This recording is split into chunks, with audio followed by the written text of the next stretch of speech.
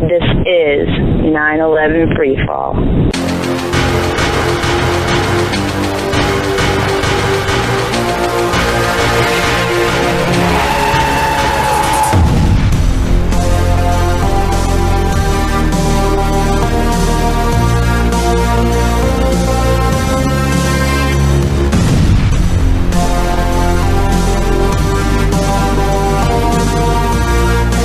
Good evening, ladies and gentlemen. This is your host, Andy Steele.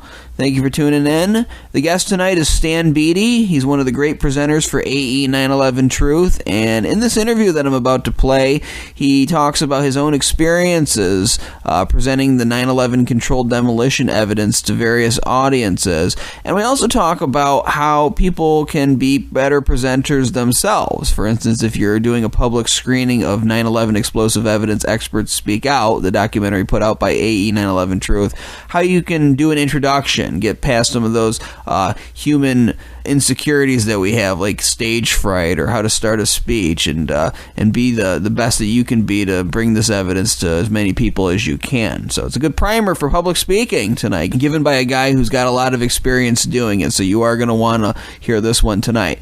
Before I do play that interview with Stan Beattie, we're going to do what we do every week. We're going to take 10 seconds of silence to remember the victims of 9/11 and their families, and all the people who died in the wars that followed 9/11.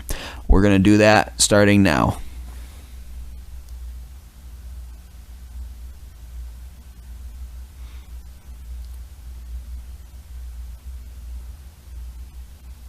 And that is 10 seconds.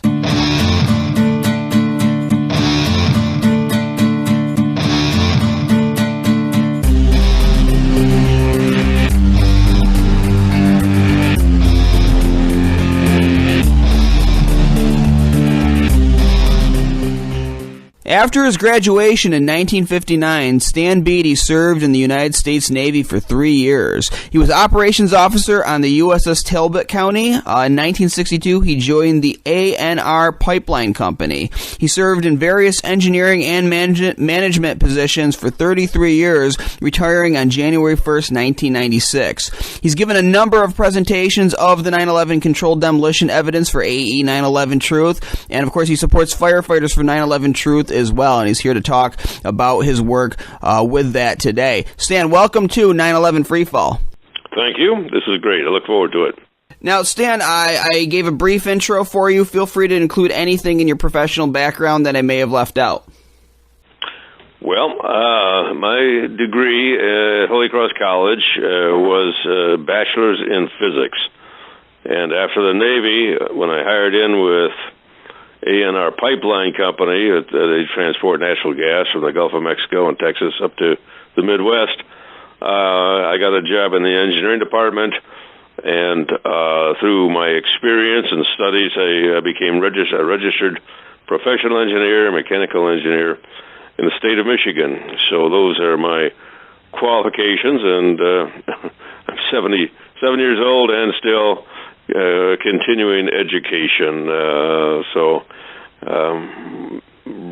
Regarding AE 9/11, I was blissfully stupid along with most Americans until a friend showed me a book review of David Griffin's The New Pearl Harbor, and this reviewer said that at the Pentagon, within minutes of that hit, FBI agents went to the gas station, Citgo station, and demanded that they yield their surveillance tapes.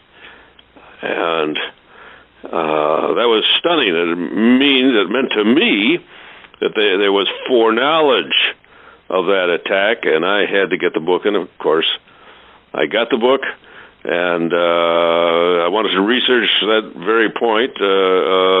Such a stunning statement that indicated dire things going on. If some people said that they were FBI and within minutes confiscated surveillance tapes, that meant somebody had foreknowledge. It was not just as we were told, and as the listeners may know, in that wonderful first book of David Ray Griffin, There's something like 47 pages of footnotes, and that particular question point was answered. It was, I think, a Toronto Globe reporter who was on the scene and went to that station.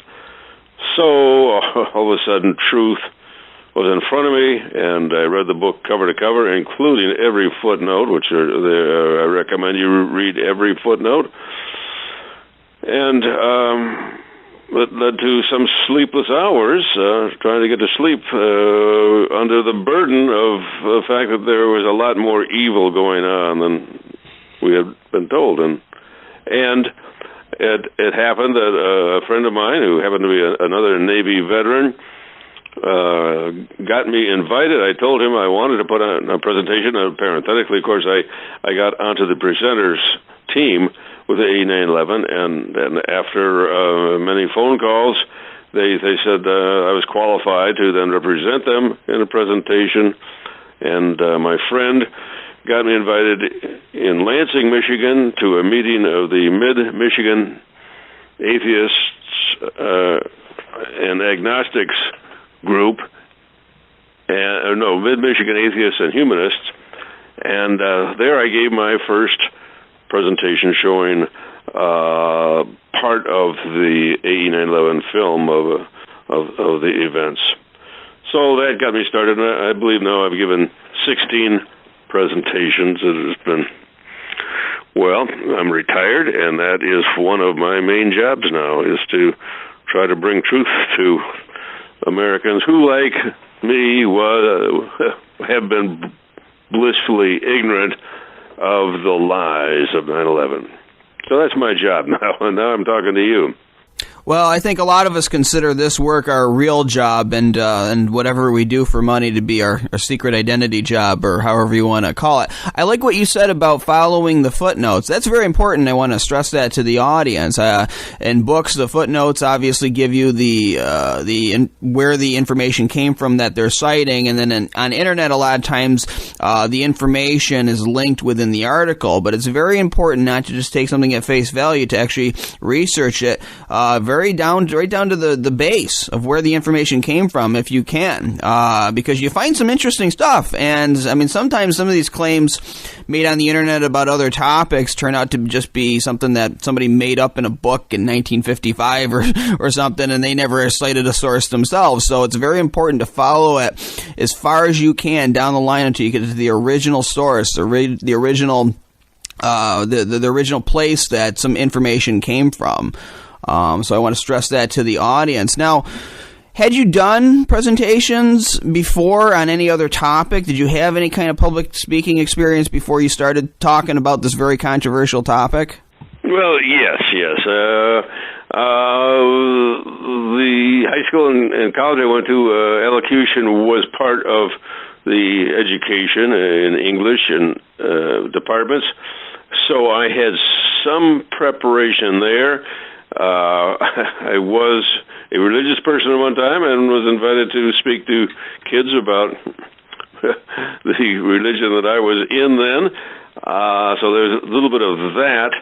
And in the Navy, I had to speak to my department a few times. So I had experience standing on my feet, and then it happened that, much to my surprise and profit, was at the Engineering Society of Detroit. I was chairman of their education council, and they put on classes to prepare engineers to take the state test. And the fellow who was giving a one-day seminar on taking the Part 2 professional engineers test, which something like 60% of the people were flunking, because they weren't prepared to write essay answers as they had to in this test. And they asked me to put it on, and at first I was quite resistant, but then I decided I wanted to do it and prepared it, and so I would stand in front of a classroom of, I think, maybe 40 people or more all day, giving a discussion of how to write the exam. So my speaking ability was tested, and worked out pretty well. I continued giving that until the state of Michigan altered the format of the test, and I said, well, I can't give a class saying that I'm a person who knows what it looks like because I have not seen the new test. So, but until that time, it was a very fruitful and fine experience for me, talking to guys whose livelihood in part depended on their gleaning such information and skills as to sit down and write an essay that would satisfy the examiners. So, by the by, my father was a law examiner in Michigan for 25 years, and he was one of my sources. What is an examiner looking for when he's reading the Blue Book? And I met guys in the one or two guys who were examiners for the engineering test. So in a number of areas, I researched information, and the chief engineer in our pipeline thanked me. He said he never could have passed the exam had it not been for my class. So there's the long answer to my public speaking experience, and I was very glad to continue it in the AE 9/11 truth movement. Now, I forgot to ask you, because you talked about the Pentagon, and you talked about the overall lies associated with 9/11, but when you speak for AE, you're obviously speaking about the controlled demolitions of Towers 1, 2, and 7. What was it about that particular aspect of it that made you say, oh my God, I need to speak to everybody about this? What do you consider to be the strongest evidence that there was controlled demolition on 9/11 in New York?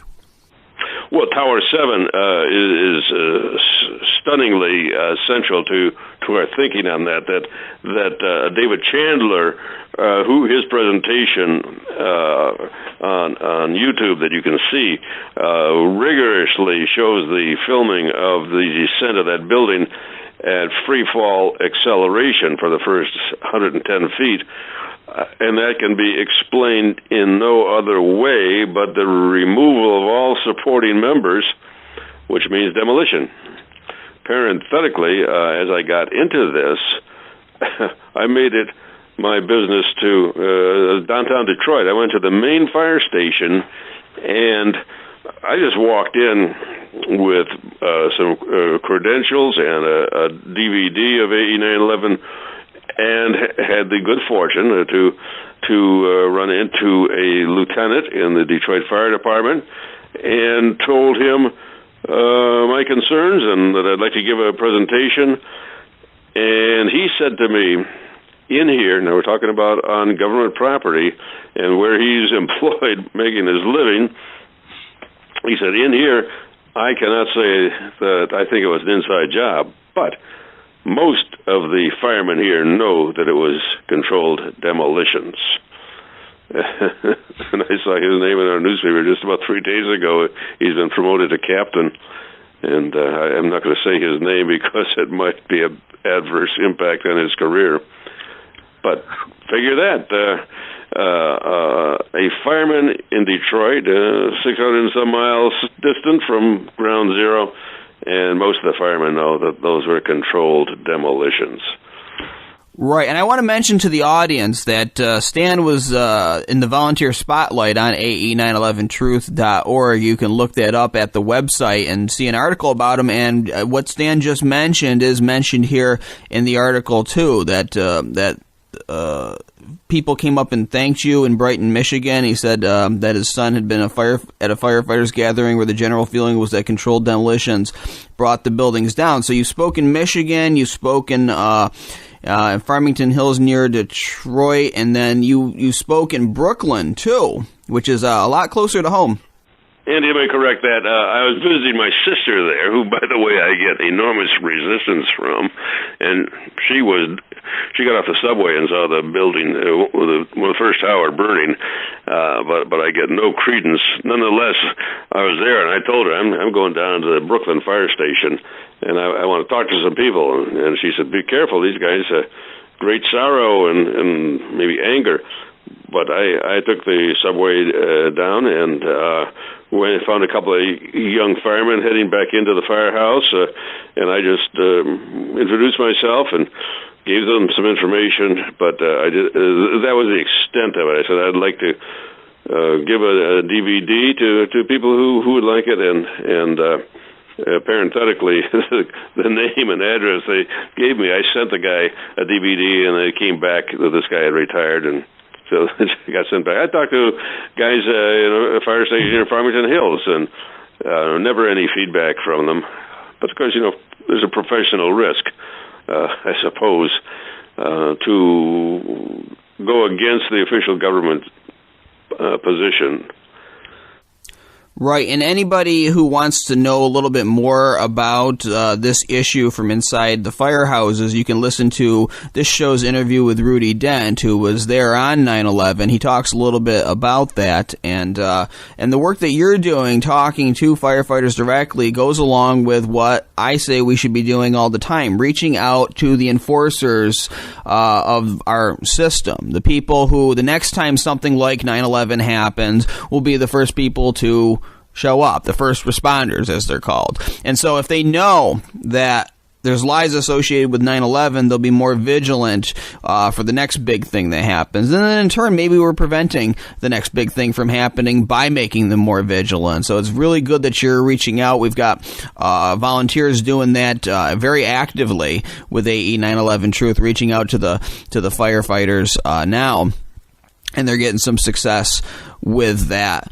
Now, for your presentations, and we might have gotten a preview of it, obviously everybody lays out the evidence in their own way. They've got their own style of doing it. When you put together a presentation, what are the important points that you want to stick in your audience's heads, collective heads, when they're leaving the show or leaving the lecture?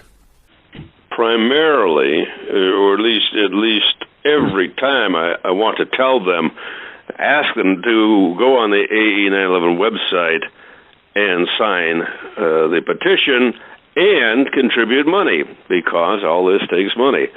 So whereas they see the movie such as Experts Speak Out and Blueprint,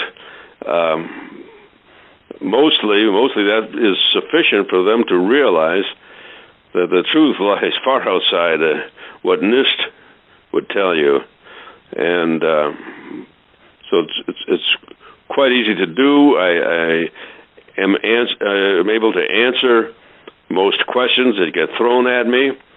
Parenthetically, one of my first presentations was in a suburb of Detroit, St. Clair Shores, and there were about 3 women there who were nuns who drove up from their mother house in Monroe, Michigan, and were very interested in this, and they pressured me to say, well, who did it then? Who do you think did it? And I say, I am under contract with AE 9/11 Truth that present you with the information of controlled demolitions, but do not speculate as to who was behind it. But well, that was the case of some Catholic nuns who were very interested, and they wanted some speculation. That's right, and that's very important. I've talked about that before on the show. When you're laying out the evidence and trying to do it in some kind of capacity for AE, even if you're not contracted, even if you're just somebody who follows it and is talking out on the street, might call into a radio show, inevitably, whoever you're talking to will put you on the spot and say, who do you think did it? I would just cut to the chase. Okay, yeah, free fall acceleration, nanothermite, whatever. Who do you think did it? And I know how I respond to it. I've got my own ways. But from your perspective, what advice would you give to listeners who may not be contracted with AE and can't say that, but want to be able to field that question if it comes up? Well, I'll tell you one thing that happened, and I was just delighted. I attend some luncheons and meetings put on by a bunch of Navy veterans called Destroyer Escort Sailors Association, which meets about 20 miles from me here, and a bunch of fine Navy veterans. Parenthetically, one of them wears a cap that says Pearl Harbor Survivor. Kid that. You guys got some old guys there. And I ran into some resistance, which I expected. And so when I told them that demolitions were surely in the buildings, and so one guy says, so maybe we had some Muslims that came in and put demolitions in the buildings. I said yes, or homegrown terrorists. I dropped it at that. Don't know who they are, but homegrown terrorists. And one fellow posed the question. Well, he just was doubtful. He said, I'm not going to deny what you're saying. I just don't know if it's true. So you could see that he was unwilling to cut through the cobwebs of doubt. And nearly a year later, they let me speak again. I'm really very grateful to them, and show the Experts Speak Out video. And this same fellow then raised his hand and told the group that when he was driving to Philadelphia, he left the turnpike to go to Shanksville to visit the memorial there. And then when it was time for him to head back and continue his journey, he found somebody to talk to, say, what road do I take to get back on the turnpike? And this fellow started chatting with him about his friend who has a farm, and a large piece of an airplane landed on his farm, and some men came and said, we're FBI, and you must give this to us, which he did do, and then they told him, and you never saw it. So I think my friend's doubts were further abraded away by this event. That's very important.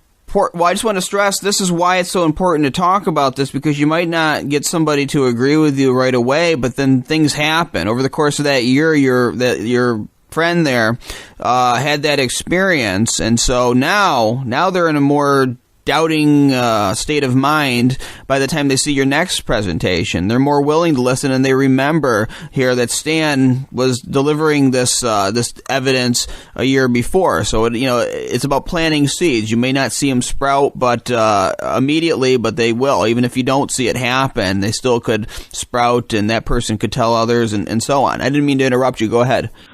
Well, I concluded that point, but one other thing that occurs to me is, in almost all of the 16 events that I've spoken at, it's been in conjunction with showing a video. But it happened that a friend of mine who is a member of Mensa, do you know what Mensa is? I know it's an organization for supposedly smart people. I don't know what it stands for. So you got to pass some test and show that your IQ is in the top 3%, something like that. And so I was very pleased that she got me invited to speak to a group of about just under 20 people. But they told me, we don't want you to show a movie. We just want you to talk to us. And so I prepared, because I've had all this experience talking to engineers on essay writing, that I then presented and had a very good time talking to these people, and for the most part, I think they were won over, but that was quite some time ago. So there's the other thing. My presentations are pretty easy to do, that you show a movie, and then you field questions, and stay within the context of the attacks on Lower Manhattan, and the evidence that they were brought down with demolitions. And because of my knowledge of science, and I don't know if you've seen David Chandler's discussion of the science of observing Tower 7 coming down. I recommend it to everybody, and I think you'll find a link in the A911 Truth website to hear David Chandler. But if you don't, go to YouTube and just do a search on Chandler and Tower 7. Right, and just to further illustrate the point of how it's important to stay away from getting into complicity, even though it's tempting, and the best way to do it, I mean, I think the most expert way I ever saw was when Richard Gage was on C-SPAN's Washington Journal, and somebody asked him that to something to that extent, and for lack of having the direct quote in front of me, he essentially said that's up to people who are trained in that kind of investigation. We just get to the what, the who, and the why is up to somebody else. Now, let's talk about some practical public speaking issues that people might have and get your take on how to tackle them. Okay, first off, how do you break the silence and get started talking? I used to struggle with this myself, folks, because you get up there, and once I get going, once I got going, I would be fine, but it's just you're standing up there, you're staring at people staring back at you, and it's like, how do I get started with this? Some people recommend a joke. I don't know, it would seem kind of forced and awkward, I think, if I did it, but for those people who struggle with that issue, how would you deal with that? Well, I do this. I've told people, usually when I am giving a presentation, I like to include humor. But as regards 9/11, I think humor has no place. I leave it out. And so how do you begin? Well, it's very easy to just, number one, I introduce myself, a name and educational background, a little bit of professional background. So having done that, then when you show the movie, there's no pressure on you at all. You just let the thing run, and then just take questions. One experience I had was nearly a year ago. I joined the American Legion. Since I'm a veteran, I qualified to join the American Legion, and attended a few meetings, and then told the leader there that I'd like to put on a presentation.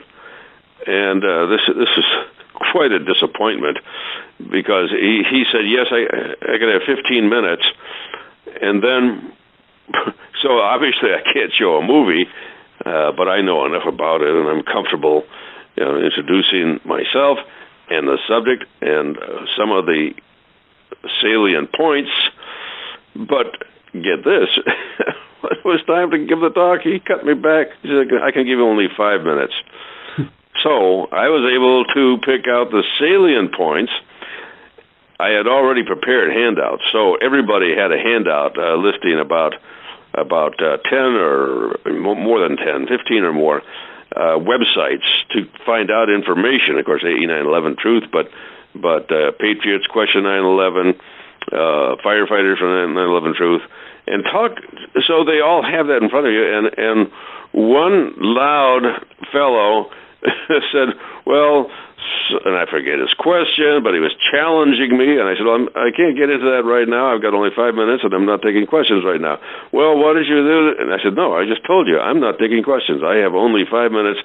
And so I stuck to my guns, and the obstructionist was maybe still making noise, but I went through it, and of course introduced people to the papers that I had handed out to them that they could look at, and it was there where I had veterans of all the services there, and two guys came up to me. One guy thanked me, the other guy came up, thanked me, and bought me a beer. So I had a couple of guys who were, well, you will find this, that there will be some people who, like I was back in 2010, totally oblivious to the extraordinary home-baked evil of 9/11.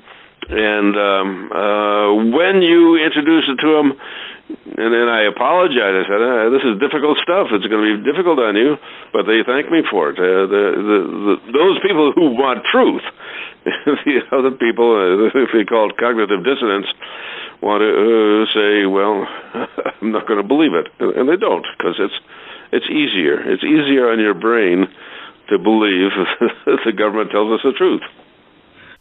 Now, have you ever had to deal with hostile or belligerent audience members? And I don't mean skeptical questions, people who don't agree that ask things politely. I'm talking about people who are just rude, don't even make any sense a lot of the times, but just who are not in there for a discussion. They just want to try to dominate the conversation. Kind of like the folks you see on Fox News. They're kind of professionally trained to do that, I think. But just, in that kind of context of people who want to dominate the conversation, have you ever had to deal with that? And even if you haven't, how does somebody go about dealing with that when it gets above the level of normal discussion? Excuse my chuckling, but yes, that fellow at the American Legion was belligerent, and I just stuck to my point, remained totally firm, saying, I cannot take questions right now. I have only 5 minutes, and that's what I'm going to do. However, there was another meeting. It was the Ann Arbor Skeptics meeting, where they had their regular organization meeting, and I observed two people talking to each other and scribbling notes, and then it became evident when I started my presentation that they had been preparing to sandbag me, and I felt at the time that there was not a good outcome.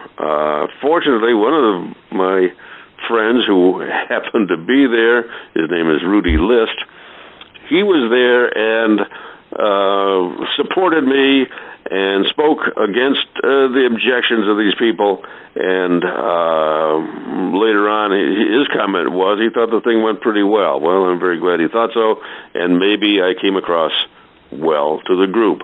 But I'm saying these two people, I perceive them as hostile and made me feel angry toward them, but of course you can't show that.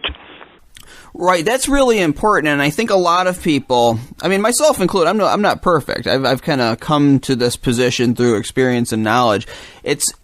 I think it's better to not get your emotions involved, not bow down to people's level.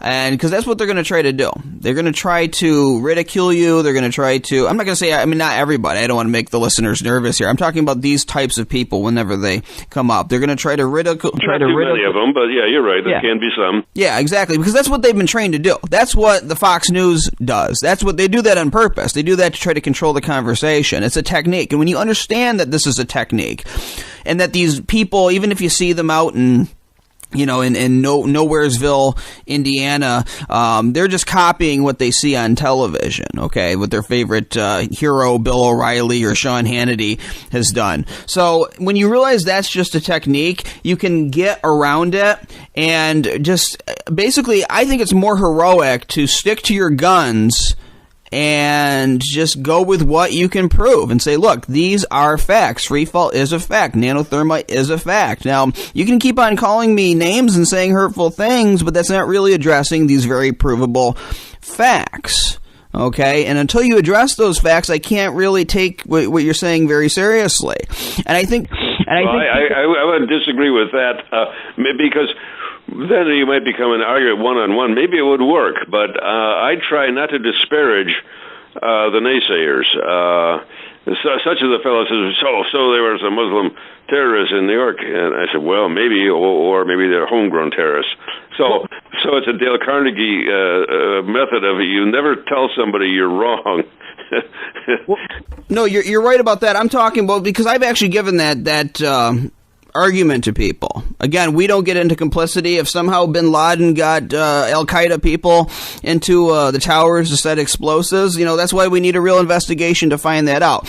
What I'm talking about is the people who, call you a conspiracy theorist, call you a fool, these kinds of insults. And I know I can't take that seriously because, again, saying insults and mean stuff doesn't really address the facts. And I think even though the moment might be hostile, I think outside observers watching that can see through all of that. I think that they look at people who are just sticking to the information as the winner in these situations. Perfect case in point, and I'm not bringing this up to push any political agenda. Ron Paul, during the 2008 campaign. Now, regardless of how you feel about libertarian principles, he had them. He had his own policies and everything that he wanted to bring to the table. And during the Fox News debates, they were absolutely rude to him. I mean, the whole debate was slanted in such a way as to the questions themselves were presented in a ridiculing nature. But he just stuck to his guns. He didn't get emotional about it. And he simply just answered them. And he ended up doing very well in the court of public opinion. Obviously, he didn't win the elections. I got my own questions about how the elections are handled. But he won the text polling that they did. Everybody could only text once to text who won the debate, and Ron Paul won it, and the Fox News people tried to spin it. So if you just stick to your guns, don't try to dominate the conversation and stick to the facts, you're going to do very well. Even if you don't see it yourself, you don't see things clearly from being inside your own skin. All right, you don't see it the same way an outside observer would see it, and so you're not a good judge of your own performance many times. Well, I think that happened, and I agree with you. So you don't want to go down the wrong rabbit hole, is the term we hear now and then, because if they try to force you into saying, well, so who set the demolitions? Who's responsible? You're going to be caught up in a rabbit hole that you don't want to be. Right. Now, here's another practical issue that comes up during people's presentations: stage fright. How do you deal with the quickening heart, the sweaty palms, all those people staring back at you, the nervousness? What do you do within yourself? How do you prepare to come off as cool and collected during a presentation? Well, I don't know the answer to that one because I don't have stage fright. At least usually I don't. As I said, it is extremely easy to someone will introduce you and walk up to the microphone and say, I'm Stan Beattie, I'm a professional engineer in the state of Michigan, and I'm a member of AE911, well, spell it out, Architects and Engineers for 9/11 Truth. So that's easy, but I can't deny that for some people stage fright will be more of a factor. I'm going to say, by golly, you've got some motivation, namely, you're bringing truth to American citizens about an event which was maybe the most criminal event in our history since slavery. And so that is plenty of motivation, and what you've got to do, I would say, is just get started. And it is not difficult. I think it's not difficult to pick up the microphone, thank the guy for introducing you, and then say, my name is Stan Beattie, professional engineer in the state of Michigan, and we're going to show this film, and we'll discuss it afterwards. So I find that easy, but the great pianist Vladimir Horowitz had stage fright. They had to push him out onto the stage. Once he got to the piano, he was all right. But here was a guy, it was a psychological barrier.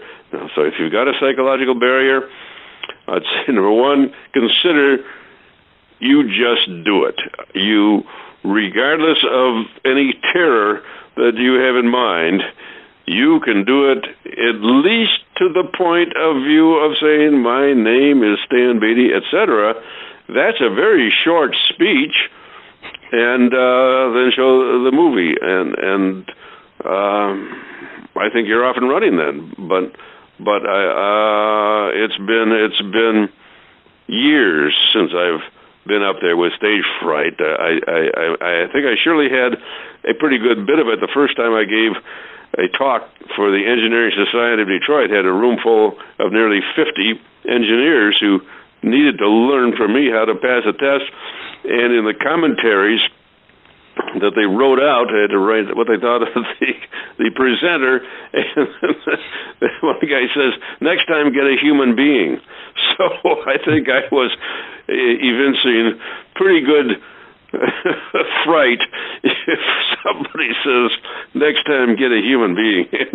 And the next time after that, I was getting excellent reviews, very good and excellent. And people liked me, but I had to go through it that one time. And obviously, it was kind of wooden because, my God, here I am up in front of a bunch of engineers who are supporting families, and I'm telling them how to take a test. Well, there you go.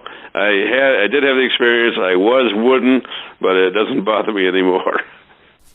No, and I think what you said about just going up and saying, my name is so-and-so, and this is my qualifications, even if you're not an engineer, even if you're doing this just at a local church group and trying to present the movie, just say, I'm not an architect or an engineer, but I'm a concerned citizen, and then play the movie or go into what you're going to say. I think a lot of people build things up in their minds, and they put a lot of pressure on themselves that they need to come off as Billy Crystal or something, and just kind of take themselves too seriously and think that they're talking to the UN or something like that, when, most of the time the audience does not want to see you fail. Even if they don't agree with you, they don't want to see you become a stuttering mess and have that awkward moment. They want you to succeed, and they're not paying attention to you as much as you are to yourself. Again, we're not our best judge because we are constantly in our own hair and our own skin judging ourselves, but that's not really accurate on how people see us. So it's okay to just go up and be yourself, even if you throw some ums in the middle of sentences. That'll go away with experience. I know this because when I went into China, that was really my first public speaking experiences. I had to teach a room full of like 100 students, all right? And I was just really still a student myself, so I quickly had to figure out, how am I going to do this? It was nice to get the trip, but now they're expecting me to work, so I got to figure out some way to give a lesson. And what was the topic of your lesson? I was there to teach English. It was the purpose was to basically to get Chinese college students to intermingle with Americans and have practice listening to Americans. So they gave me a lot of free range, and a lot of them were very interested in hearing about America.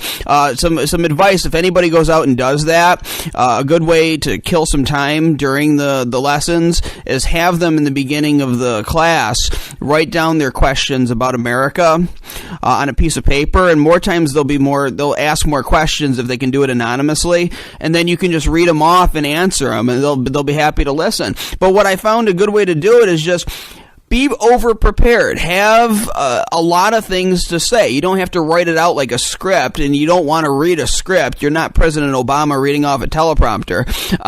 But you want to have a bunch of bullet points with just general topics so that when you look at this general bullet point, you're going to know exactly what you have to say. So you write free fall acceleration. All right, you know the stuff about free fall acceleration, Chandler and the NIST technical briefing. You'll look at that, it'll jot your mind, and then you'll be able to talk about it. So just over-prepare. Make more points than you think you'll even have time for. And then if you don't get through all of them, or if everything, if the presentation ends quicker than you thought, then you're pleasantly surprised and you got through it. But that's the way to do it. Usually where people run into trouble in public speaking is when they're not prepared for it. They assume they're going to do better than they will. And that's not to be unconfident. You should be confident in yourself, but you should just completely overplan for the presentation. I mean, when the government plans out operations, they overplan. They plan every single detail. We should learn from their example, learn from what the other side does, because when you overplan, things tend to be very, very successful, and you're pleasantly surprised with the outcome. So that's very important. Don't take yourself too seriously. The weight of the world is not on your shoulders. You're part of an army, and overplan for the situation, and you'll do better for it.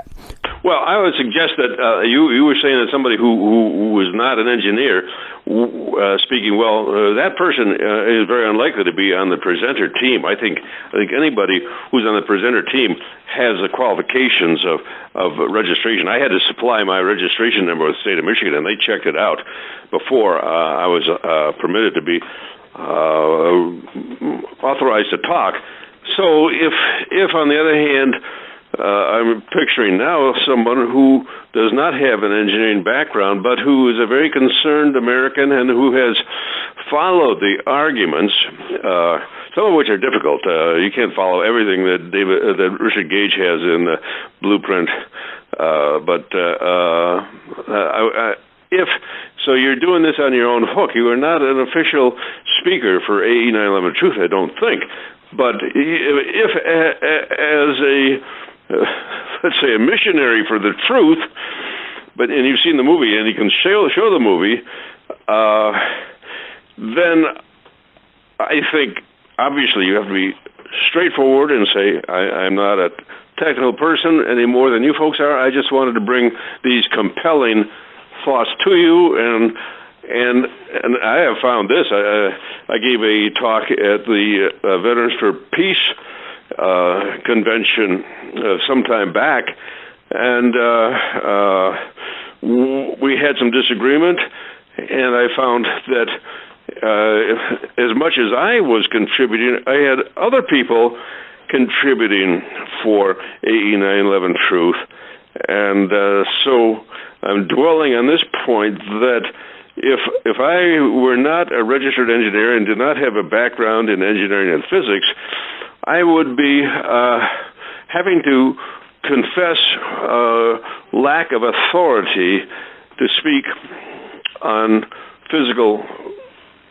arguments, but I want to open it up to the group, and then we'll find out, I'm quite sure anybody in that situation will find out if you just observe your group, you will see somebody who wants to talk and pick on them. I say, okay, the gentleman in the first row here, did you have a comment?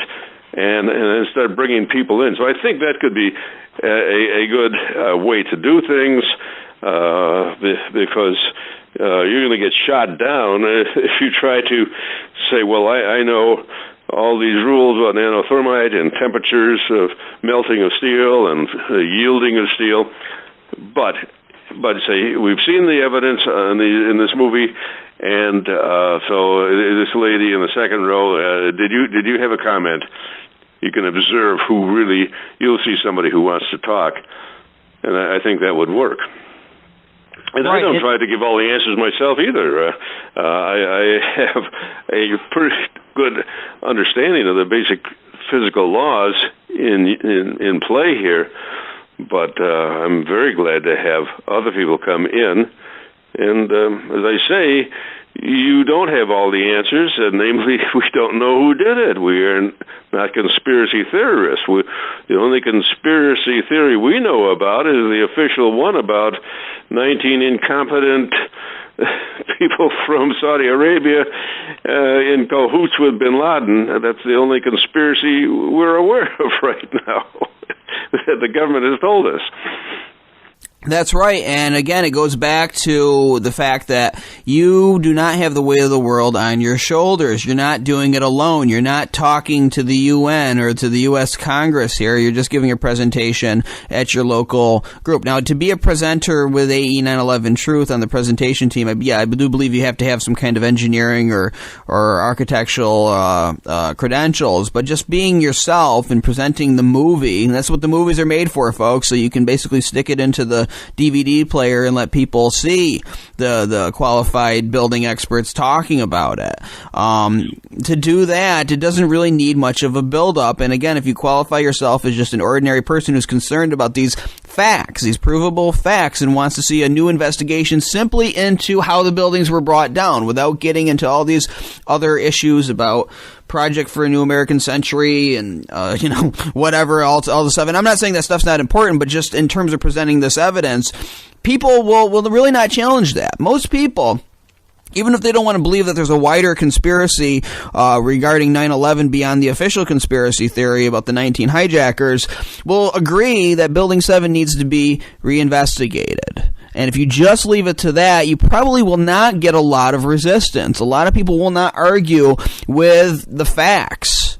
All right. And if you can get them simply to agree to a new investigation, you have them exactly where you want them. That's all we need from folks. And then it's up to Congress to give us that new investigation. And if they don't, then people will say, that's weird. That's strange. Why can't we have it? One thing that might happen is, though, that somebody might well say that Popular Science put out an entire book that tells us that the official story that we got from the Commission and from NIST is true. And so we have the scientists of this publication and Michael Shermer being another person who's a debunker. But in that event, one could say, I can't answer all the points, but I can tell you this, that in that book, they say that the store of diesel fuel was being pumped and supplied the fire to bring down Tower 7. And the easy answer there is that NIST, subsequently, based on the facts presented by engineers who know, they retracted that, and they say, well, no, it was not the diesel fuel. So whereas you're presenting this book of science, understand that NIST itself has retracted their statement that it was the storage of diesel fuel that did it. No, that book is wrong.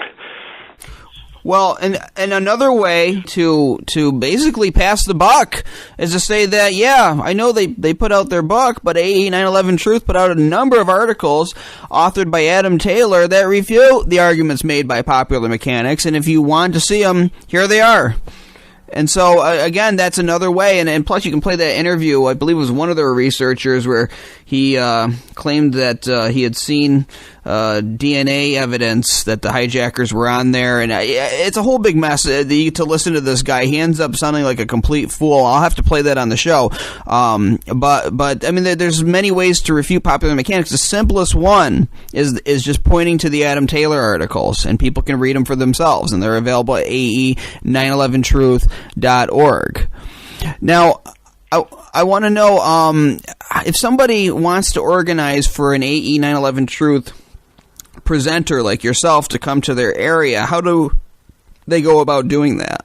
I can tell you what I have done, and I consider myself very fortunate, lucky in my contacts. So you know that I go to these Navy veteran meetings, and I introduce them. They get to know me, and when I ask them, they say, yeah, you can indeed put on a presentation. I have a friend who organized a home meeting that I spoke at in St. Clair Shores, Michigan. Also, he has a home in Florida, and he organized 2 meetings in Florida. Another friend, and because another friend said she knows she's a member of Mensa and got me invited there. Well, of course, these invitations come because, with some care, you don't dominate conversations, but you let people know of your concern and your study on the events and the matters involved in 9/11, and then you know that you're on the presenter team for AE 9/11 Truth, and they invite you. But that happens only because I got invited. My friend knows somebody, a psychiatrist whose home is in a retirement community in Washington, D.C., and he got me invited there. And so I went to Washington, D.C., and spoke to I think close to 40, maybe 50 people in Washington. But it's because of my friends who give me contacts. You need to get help. I get help indeed. Another friend, Rotary Club, I let him know of my concern, and he got me invited to 3 Rotary Club meetings, 2 in Berkeley, Michigan, and one in Farmington Hills, Michigan. And so I find it very difficult to get invited, except for the fact that I communicate with people who do invite me. My friend is Mid-Michigan Atheist and Humanist, and in Lansing, I'm very grateful to those people. He launched me on this job and let me present to them.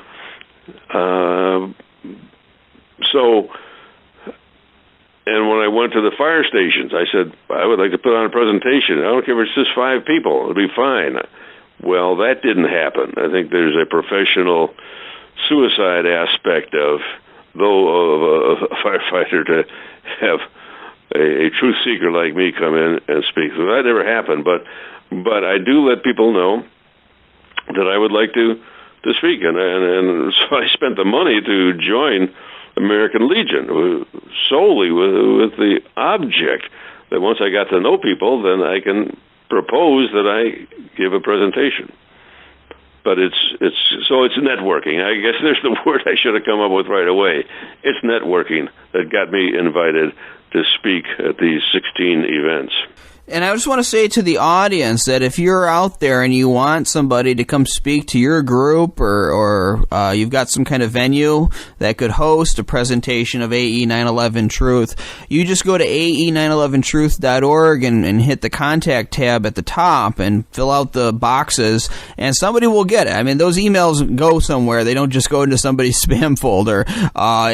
Somebody will get back in touch with you, and we can try to make something happen. It might not be Richard Gage. It might be somebody, another qualified expert that lives closer to the area, but you will get somebody that can talk about this information, and that's the important thing. And I think it's important to see a lot of different experts speaking out about this issue, and hence why Experts Speak Out, the documentary, is so powerful and so strong in presenting the information, is because there's so many different people, one after another, laying it out. But yeah, if you want to have a presentation, certainly contact ae911truth.org. If you want to try to get Richard Gage or some kind of expert onto a show, you can contact me, A. Steele at ae911truth.org. I'm the head of the media outreach team, and we can try to make it happen. So, it's all hands on deck. We need everybody helping out as much as possible on this, the most important battle in American history, I think so, for the heart and soul of America and for intellectual freedom and the freedom to say 2 + 2 = 4, not 5 because the government wants you to. Stan Beattie, thank you so much for coming on 9/11 Freefall. You're welcome. I thank you for inviting me, and if people want to contact me, my email is stan052737 @gmail.com. I'd love to put on a presentation, and I will travel some distance. I'm not talking about Florida, but a few hundred miles. I'll travel to put on a presentation. This show airs every Thursday night on No Lies Radio at 10 o'clock Eastern, 7 o'clock Pacific. You can also download MP3s of the show from the Internet Archive by going to 911freefall.com. This is Andy Steele saying have a great week and good luck.